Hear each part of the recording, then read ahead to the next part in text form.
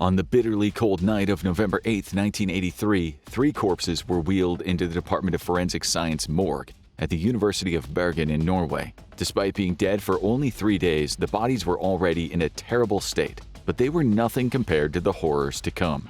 The bodies, referred to in the autopsy report as numbers 1 to 3, had all perished in a fraction of a second, but they bore the marks of unimaginable stress. According to the report, the state of rigor mortis was unusually strong for the amount of time that they'd been dead. Blood had accumulated in the lower parts of their organs, and there was evidence of severe hemorrhaging in the major blood vessels as livor mortis also set in.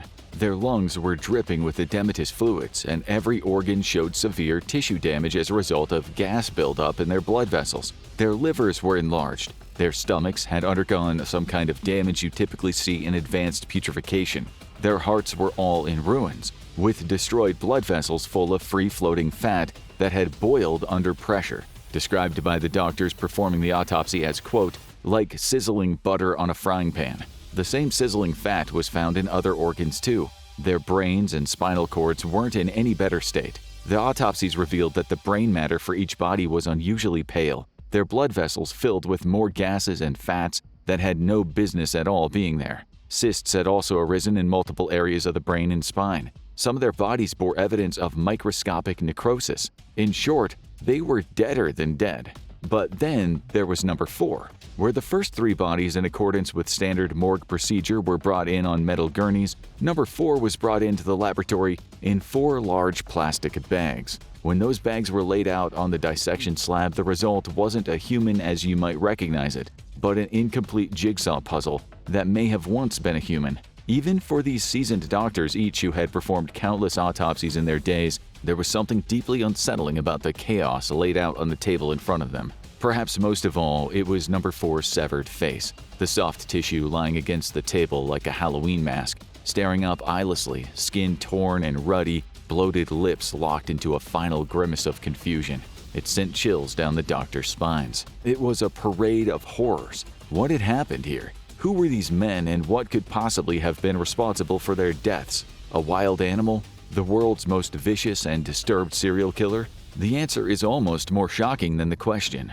This was all just the result of a mistake that resulted in 0.12 seconds of what might have been one of the most brutal deaths in history. This is the story of the Byford Dolphin incident. From 1974 to 2019, the Byford Dolphin offshore drilling rig was operated out of the North Sea by Dolphin Drillings Holding Limited, performing drilling missions for a variety of different energy companies in the Norwegian, Danish, and British territories of the sea. It bore a 102-man crew and was designed as a deep-sea driller in the Aker H3 series of rigs, and like most offshore oil rigs, it was an extremely dangerous place to work. During its years of operation, the semi-submersible platform saw numerous deadly occurrences. In 1976, only 2 years after the facility was first christened, the rig ran aground in the North Sea on the way to Bergen, and 6 people died when falling from boats during the evacuation process. Decades later, in 2002, during an industrial accident, a 44-year-old Norwegian worker on the rig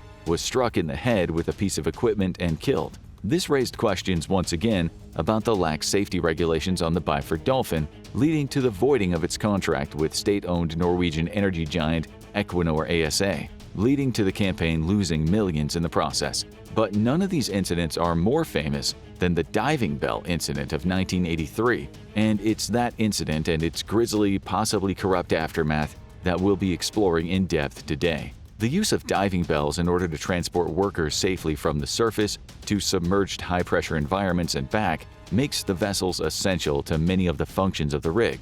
The bell is designed to descend from the surface to a target depth at a set rate, which allows the occupants time to adjust to the changes in pressure. For each atmosphere, which is the standard unit of measurement for air pressure, the occupants experience an additional amount of pressure equal to the average amount present at sea level during baseline climate conditions. At hundreds of feet below the surface of the ocean, the pressure reaches a level of 9 atmospheres, which are the conditions that the saturation divers on the Byford Dolphin were working at when the November 5th incident occurred. The 4 divers, whose grisly remains were described in the opening, weren't just any divers. They were saturation divers, first introduced by the U.S. Navy in the 1960s Sea Lab program. This is one of the most grueling jobs in the world. the kind of position that would be most people's idea of hell. But these literal high-pressure specialists are rewarded handsomely for their risky work. These days, saturation divers can make as much as $30,000 to $45,000 per month if you're willing to spend up to 28 solid days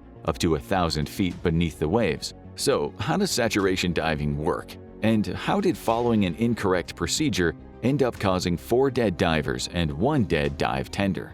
As we alluded to earlier, when divers reach the level of pressure you experience 9 atmospheres beneath the surface, nitrogen starts to dissolve into the bloodstream and soft tissues. Without the proper exit procedures, this could result in decompression sickness and barotrauma.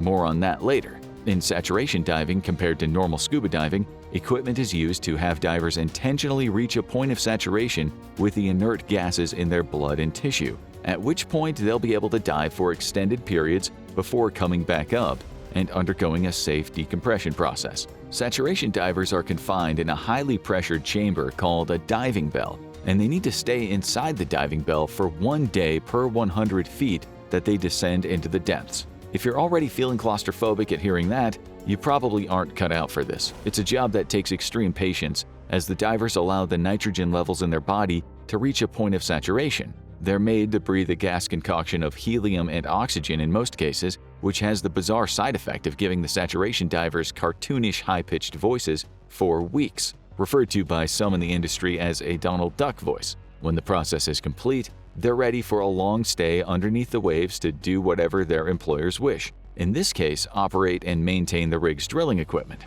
That is, of course, if everything goes well. If it doesn't, there are a bevy of potential horrible consequences for the saturation divers to look forward to. Decompression sickness, high-pressure nervous syndrome, compression arthralgia, aseptic bone necrosis, and if you're truly unlucky, the exact scenario we're about to describe. While descending to the depths as a saturation diver can be hazardous, coming back up can be just as deadly, especially when your equipment lets you down. As a saturation diver, you'll typically spend the last week of your mission in a hyperbaric chamber, meaning a chamber where the high-pressure environment is artificially created in order to slowly and safely depressurize. Whether this goes well all comes down to the dive tenders, the technicians who operate the umbilical cord between the rig and the diving bell. This is a series of bound tubes that regulate communication and also the gas flow and the pressure inside the diving bell. And if things go wrong with the umbilical, things get real bad real fast. And that's why it's so vital for tenders to know what they're doing and be in control of the situation at all times. During the Byford Dolphin incident, the lead dive tender was an experienced man by the name of William Crammond, working with another dive tender, Martin Saunders. Their job was to disconnect a diving bell safely after 2 divers exited it through a trunk to join 2 other divers in a pair of hyperbaric depressurization chambers. The divers were Edwin Arthur Coward, Roy P. Lucas, Bjorn Javre Bergersen, and Truls Hellevik. In Chamber 1 at 4 a.m., Coward and Lucas were resting at an induced pressure of 9 atmospheres. Bergersen and Hellevik were entering the second chamber via the diving bell, separated from the 2 chambers, and a third chamber that wasn't in use by a clamp that was being operated by the dive tenders, Crammond and Saunders. There's a standard procedure for operations like this, and here's how it should have gone. The diving bell door, which would have been open to the trunk connecting it to the hyperbaric chambers, would have first been closed. The pressure would have then been slightly increased to the diving bell in order to make sure that the door to the diving bell was sealed tightly. The door to the first chamber, now containing Hellevik and Bergersen, would then be closed and sealed, cutting it off from the trunk. The trunk would have then been slowly depressurized until it reached 1 atmosphere, at which point the clamp connecting the diving bell to the trunk could be released, and the diving bell could be removed entirely. It was just after step 2 that disaster struck. The general consensus was that Crammond mistakenly opened the clamp connecting the diving bell to the trunk before Hellevik had closed the door to the chamber, though a later report commissioned by the Norwegian government suggested it was more likely an equipment failure than human error from Crammond. But in either case, everyone involved would pay dearly. The second the clamp was opened at the same time as the chamber door,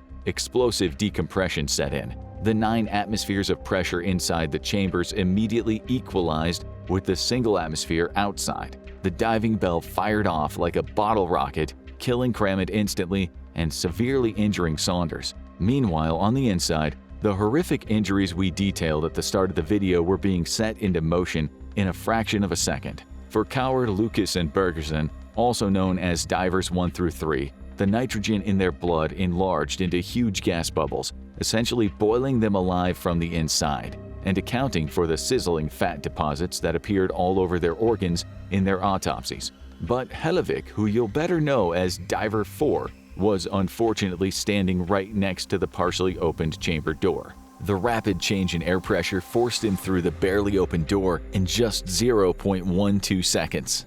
On the other side, there was basically nothing left of him to find but pieces, some of which were discovered over 30 feet away. The international community was so horrified by what occurred on the Byford Dolphin incident that stricter safety regulations were subsequently enforced on Norwegian oil drilling, including enhanced risk assessment procedures and the implementation of hyperbaric lifeboats. Emergency evacuation vessels were specifically designed to help divers escape a compromised depressurization chamber without further endangering them. The incident also led to the formation of the North Sea Divers Alliance, an advocacy group that campaigns for safety regulations on behalf of saturation divers operating in dangerous conditions in the North Sea. However, the aftermath of the incident was hardly a clean and straightforward response from the Norwegian government. In fact, there were inklings of conspiracy before the mutilated bodies were even cold. A report commissioned by the Norwegian government pointed the finger at Cramond for allegedly opening the clamp at the wrong time, ending his own life and the lives of all the others in the chambers. However, Cramond might have just been a convenient patsy for the system, as someone who is no longer alive to present his own side of the case. The people who lost their family members in the incident hadn't been compensated for their loss, and it seemed as though the government was obfuscating the role they played in the tragedy, enabling the fatal accident by failing to update the outdated diving systems on the Byford Dolphin and not tightening lax safety procedures on the boat sooner. The system, which was already almost a decade old before the incident occurred, didn't have outboard pressure gauges, an interlocking mechanism, or a fail-safe hatch, all of which would have gone a long way toward preventing the explosive decompression incident that happened in the trunk. Crew members of the Byford Dolphin, as well as members of NOPEF, the Norwegian Oil and Petrochemical Union, claimed that the report pointing the finger at Cramond was an active cover-up to avoid taking responsibility and paying the compensation owed to the grieving family members. It wasn't until 26 years after the incident that a lawsuit in 2008 definitively proved the equipment was at fault, not Cramond, allowing the families to finally have some justice and compensation for their lost loved ones. In the aftermath of the suit, Claire Lucas, the daughter of Roy Lucas, said, "I would go so far as to say that the Norwegian government murdered my father because they knew that they were diving with an unsafe decompression chamber." After all this, we probably don't need to tell you that uncontrolled decompression is extremely hazardous to human health. But let's take a deeper look into the science of how these decompression events work. There are 3 different types of uncontrolled decompression: explosive decompression, rapid decompression, and slow or gradual decompression. Understanding each one is crucial for preventing other nightmarish tragedies like the Byford Dolphin incident. Explosive decompression, such as the kind seen in the Byford Dolphin incident, can occur both underwater and in an aircraft. Put simply, explosive decompression is when the pressure changes faster than the lungs are able to decompress, a rapid process that typically takes between 0.1 to 0.5 seconds. The release of force is comparable to a bomb detonation, often causing severe, likely fatal damage to the lungs and other organs, as we saw with the divers 1, 2, and 3, as well as the risk of any free-floating objects becoming deadly charged projectiles. Though no other recorded instance of explosive decompression has caused the body to be ripped apart like that of Diver 4. Then there's rapid decompression. While still hazardous to the health of many pilots and divers, it's not nearly as severe as explosive decompression. It takes longer than 0.1 to 0.5 seconds, causing the lungs to decompress quicker than the environment, and still potentially causing lung damage. Then there's slow or gradual decompression, which, while less immediately dangerous than its 2 counterparts, can still have some pretty deadly effects in the right circumstances. More commonly experienced by planes with a loss of cabin pressure, a gradual decompression can result in passengers and pilots experiencing hypoxia, or a lack of oxygen, and its accompanying negative effects. This had a tragic effect in 2005 during the Helios Airways Flight 522 incident, a passenger plane flying from Cyprus to the Czech Republic that lost cabin pressure, rendering the people on the plane unconscious. Air traffic control lost contact with the plane as it cruised on autopilot before all attempts to save the plane failed and it crashed into a mountain in Greece. All 121 people on board, including passengers and flight crew, were killed, making it the deadliest disaster in Greek aviation history. While the results are thankfully not often this spectacular, changes in pressure have taken many lives over the years, particularly divers. From the far more common result of decompression, the bends, or decompression sickness. And unlike the far more violent and disgusting death of Troels Hellevik in the Byford Dolphin incident, the general consensus is that it is a pretty painful way to go. Now check out even more evil punishments designed to be worse than death, or watch this video instead.